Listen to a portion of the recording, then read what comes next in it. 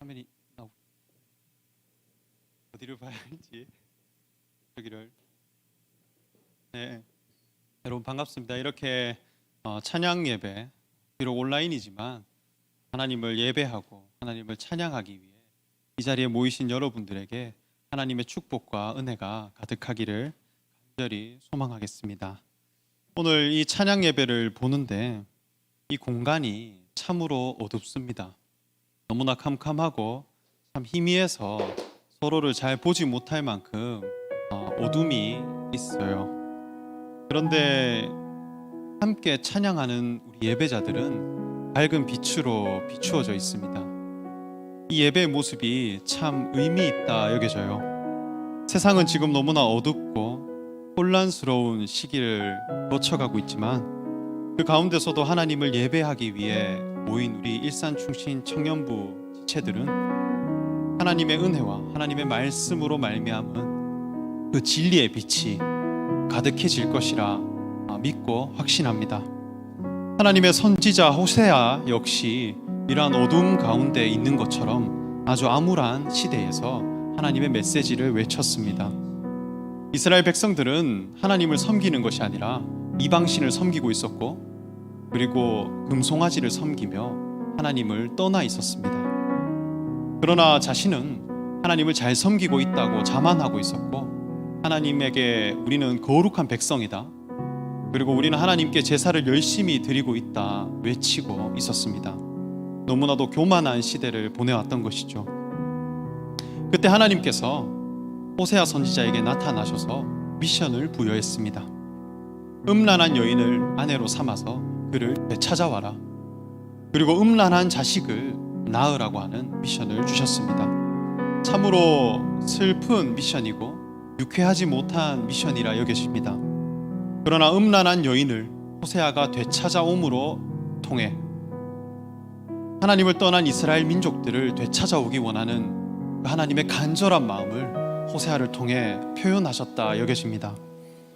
호세아는 음란한 여인 고멜과 혼인하여 그 여인을 되찾아옴으로 그 미션을 감당했습니다.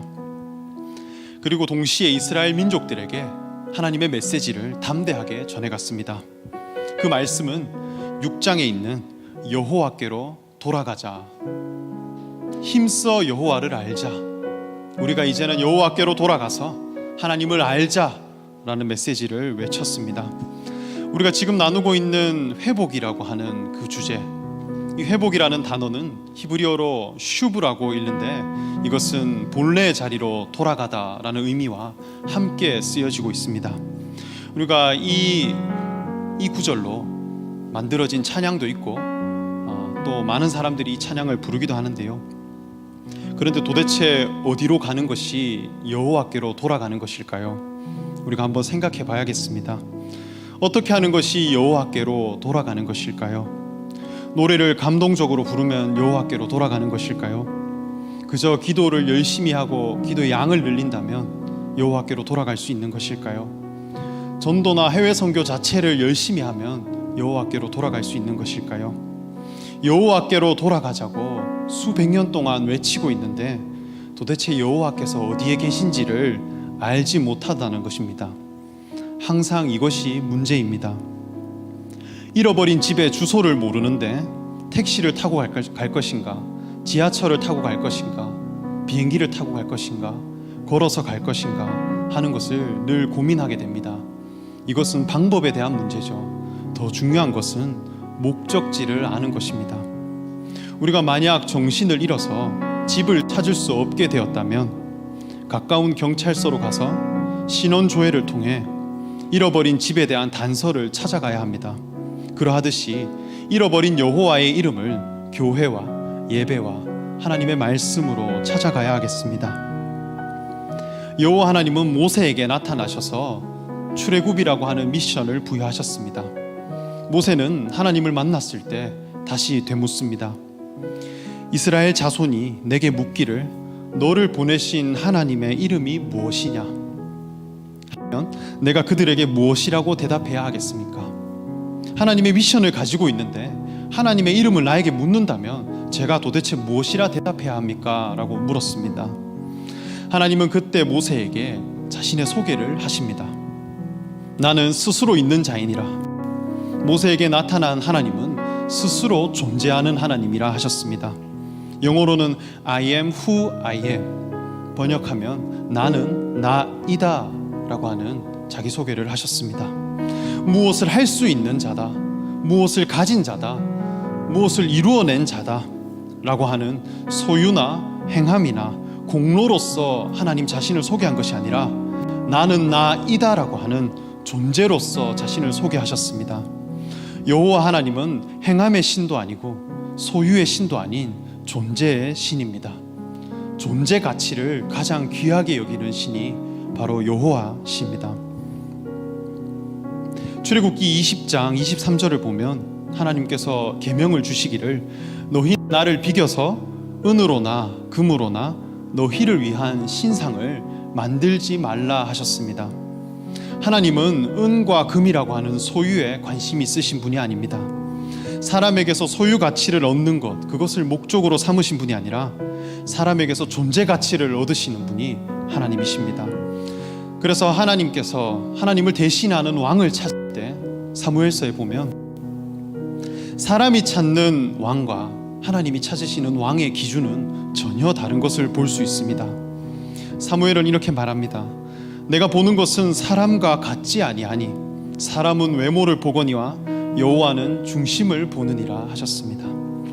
이전에는 세상이 추구하는 그 영광, 무엇을 먹을까 마실까 입을까 여기는 육신의 만족만 추구했던 이방인의 삶에서 하나님이 나를 지으신 인생의 목적과 하나님의 뜻이 나에게서 이루어지길 원하는 그러한 삶으로 변화되어지는 것.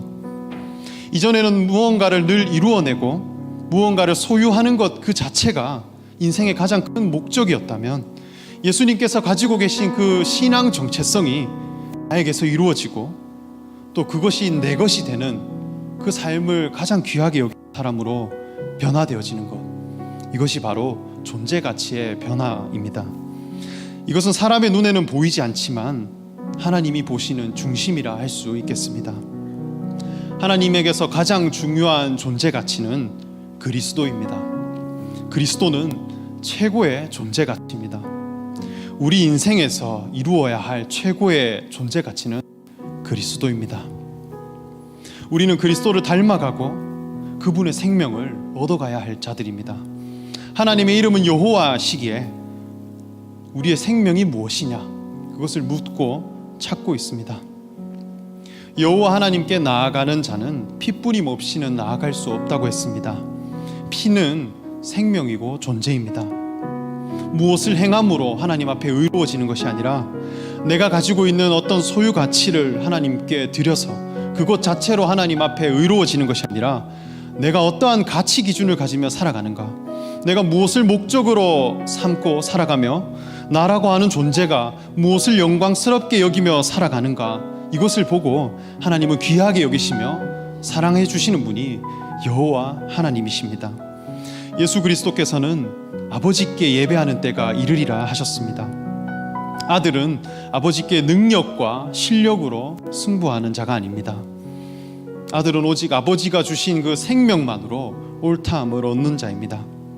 아버지는 아들의 행동거지를 보는 것이 아니라 그 존재 자체가 귀하고 아버지의 생명으로 말미암아 자라갔을 뿐인데 아버지의 그 생명과 뜻과 성품을 표현하는 자가 바로 아들입니다. 저는 지금 주중에 대구로 내려가서 저의 아내 집에 지내고 있습니다. 일산에서 사역을 마치고 대구로 내려가는데 한 4-5시간 정도 걸리는데요, 먼 길을 달려서 아내의 집에 도착하면 저의 아내는 대자로 누워서 자고 있어요. 그런데 희한하게도 장인 장모님 집에 가면 잘 쉬지를 못하겠어요. 그래서 가만히 앉아있지를 못하고 계속 설거지도 하고 청소도 하고 집에 있는 온갖 일들은 제가 다 합니다. 전등도 갈고 무너진 가구 수리도 제가 다 하죠. 그런데 희한하게 밥을 먹을 때가 되면 장모님이 저보다 아내에게 반찬을 더 줘요. 가끔씩은 좀 억울할 때도 있습니다. 집에서 일은 제가 제일 많이 하는데 은근히 주는 반찬의 질이 다릅니다. 모든 사위가 다 그런 건 아니겠지만 그런 대접을 받을 때가 있습니다. 그리고 장모님은 저희 아내에게 우리 딸이라고 부르고 저는 자네 이렇게 부릅니다. 부르는 호칭이 달라요. 그래서 피는 물보다 진하다는 말이 많이 와닿아요. 결국에는 피를 선택하는 게 부모의 마음이라는 거죠. 그러나 저희 집으로 가게 되면 입장이 달라집니다. 오히려 저희 집에 가면 제가 소파에 들어 누워서 대자로 눕습니다. 아내는 쉬질 못하는 것이죠. 저희 어머니 아버지 제가 제발 좀 쉬어라 괜찮다라고 해도 아내는 계속 돌아다닙니다. 자녀와 사위는 달라요. 생명으로 맺어진 관계는 행동과 능력을 초월하는 그 사랑이 공유되는 것 같습니다. 하나님도 우리를 자녀 삼기를 원하시고 같은 생명과 같은 뜻을 가진 자로 만나가기를 원하십니다. 우리가 예수 그리스도를 믿음으로 받는다면 우리가 이제는 하나님의 자녀가 되어질 것입니다. 우리 삶의 목적이 하나님의 성품인 사랑을 표현하고 하나님의 의를 드러내는 것이 가장 영광스러운 삶으로 우리가 변화되어질 것입니다. 우리가 하나님의 사역을 함께 감당할 수 있는 예배자가 되어질 것입니다. 모든 소유 가치를 사용해서 그리스도라고 하는 존재 가치를 얻어내는 것을 가장 기쁨과 영광으로 삼을 수 있는 자로 나아갈 것입니다. 모든 소유 가치를 사용해서 존재 가치를 얻게 된다면 우리는 보화를 하늘에 쌓아둔 자가 될 것입니다. 이것은 아무도 도둑질 해갈 수 없습니다. 좀이나 동록이 해할 수 없다 하셨습니다. 빼앗아 가려 해도 빼앗을 수 없는 가치가 된다는 것이죠. 그리고 예수님은 네 보물이 있는 곳에 네 마음도 있느니라 하셨습니다. 무엇을 우리의 보물로 여길 것인가? 눈에 보이는 소유 가치, 그것이 우리의 보물이 아니라 그리스도라고 하는 존재 가치를 변화시켜서 거룩한 사람을 만들어가는 것, 그것이 바로 우리의 보물이 되어진다면 우리는 하나님께 대하여 부요한 자가 되고 절대 훔쳐갈 수 없는 보화를 가진 자가 되어질 것입니다. 오늘날 교회와 성도들이 무엇에 관심을 두고 있는지 지켜보게 됩니다. 지난주 원년 전도사님께서 많은 교회들이 지금까지 조직과 제도를 지켜가고 유지하는 데 힘썼다고 했습니다. 눈에 보이는 현상을 유지하는 것이 아니라 눈에 보이지 않는 그 존재 가치, 그리스도의 생명을 변화시켜 나가는 이 일들이 우리에게 기쁨이 되어지는 사역이 된다면 우리는 절대 뺏어갈 수 없는 보화를 가진 자들이 될 것입니다. 우리 청년부 지체들은 존재 가치를 참으로 귀하게 여기고 살아가는 것이 눈에 보입니다. 한 사람 한 사람이 하나님께로 나아가는 것, 그 사람의 삶의 정체성이 바뀌어지는 그것을 너무나 귀하게 여기고 그러한 것을 위해 자기의 삶을 들여갑니다. 때로는 자신이 그러한 역할을 제대로 감당하지 못할 때에 너무나 큰 애통함과 괴로움을 가진 그 고백을 내어놓기도 합니다. 그러한 리더분들이나 지체들을 보면 천하를 주어도 바꾸지 못할 만큼 귀한 마음이 듭니다. 여호와께로 돌아가자 외칩니다. 우리도 존재 가치에 집중하는 신앙인이 되어야 할 것입니다. 여호와는 스스로 존재하는 신입니다. 그에게로 돌아간 자가 되면 우리도 하나님과 같은 안목과 하나님과 같은 마음과 하나님과 같은 뜻을 가진 자로 살아갈 수 있을 것입니다.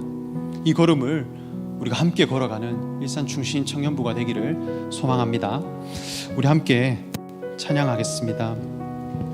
우리 여호와께 돌아가자. 함께 찬양하겠습니다.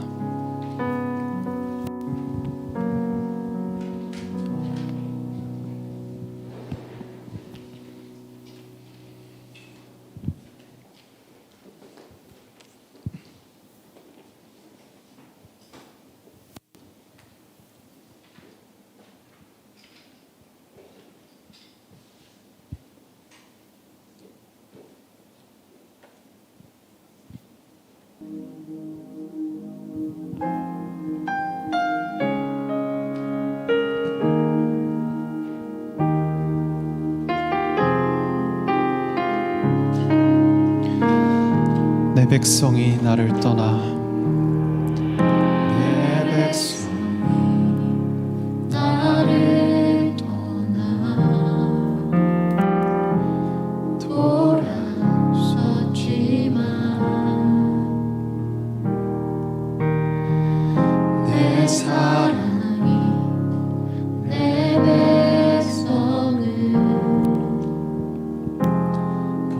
포기 못하니 내 모든 것 내어주고 내 모든 것 내어주고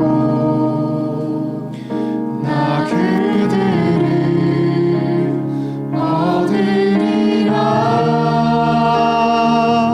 여호와께 돌아가자.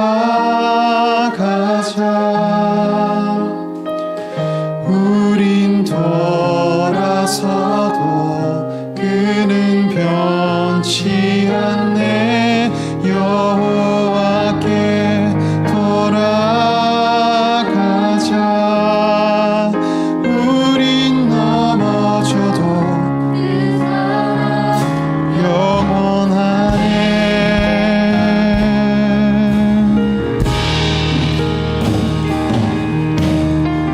우리 각자의 자리에서 함께 찬양하겠습니다. 내 백성이 나를 떠나, 내 백성이 나를 떠나 돌아섰지만 내 사랑이 내 백성을 포기 못하니 내 모든 것 내어주고 모든 것 내어주고 나 그들을 얻으리라. 여호와께 돌아가자. 우린 돌아서도 그는 변치 않네. 여호와께 돌아가자. 우린 넘어져도 그 사랑 영원하네. 사랑은 오래 참고, 사랑은 오래 참고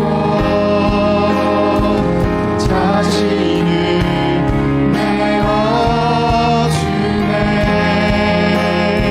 서로 사랑할 때 세상을 주고는 사랑은 절대 지지 않네. 사랑은 오래 참고, 사랑은 오래 참고 자신을 내어주네. 서로 세상을 주고는 사랑은 절대 지지 않네.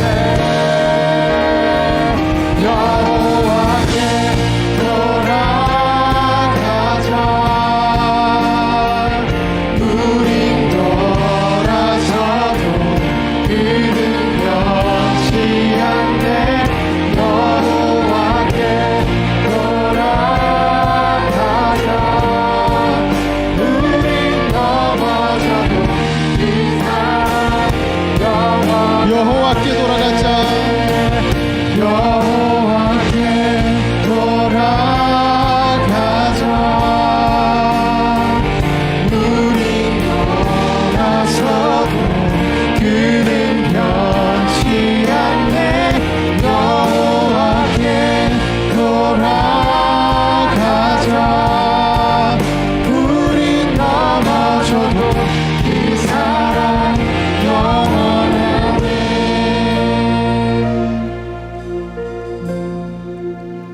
우리 이 시간 함께 기도하겠습니다.